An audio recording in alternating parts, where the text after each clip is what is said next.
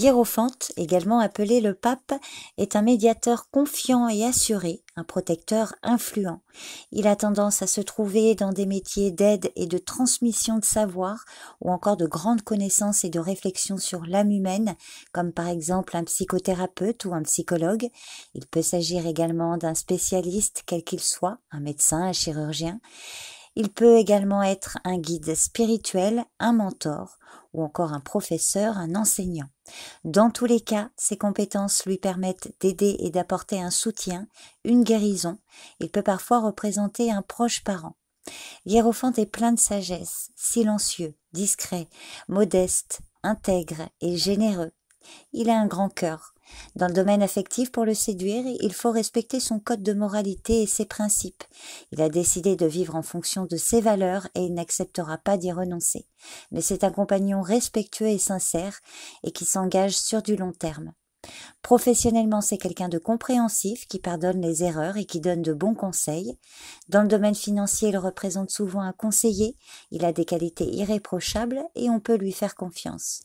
De manière générale, en positif, l'hiérophante est comme un père ou un grand-père aimant, d'une grande gentillesse et qui donne de bons conseils.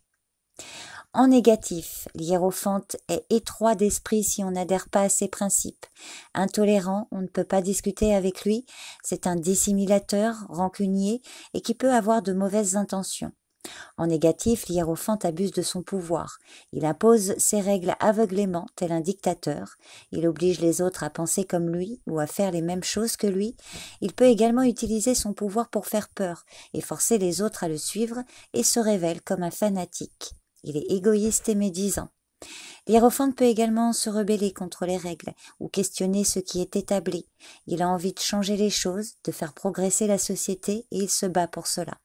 En échange, il pourra s'ensuivre des conflits avec l'autorité et un manque de compréhension de la part de l'autorité.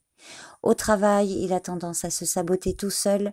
Ses angoisses font naître des symptômes physiques et il ne prend pas soin de sa santé. Il est nerveux ou à l'inverse, il manque de tonus.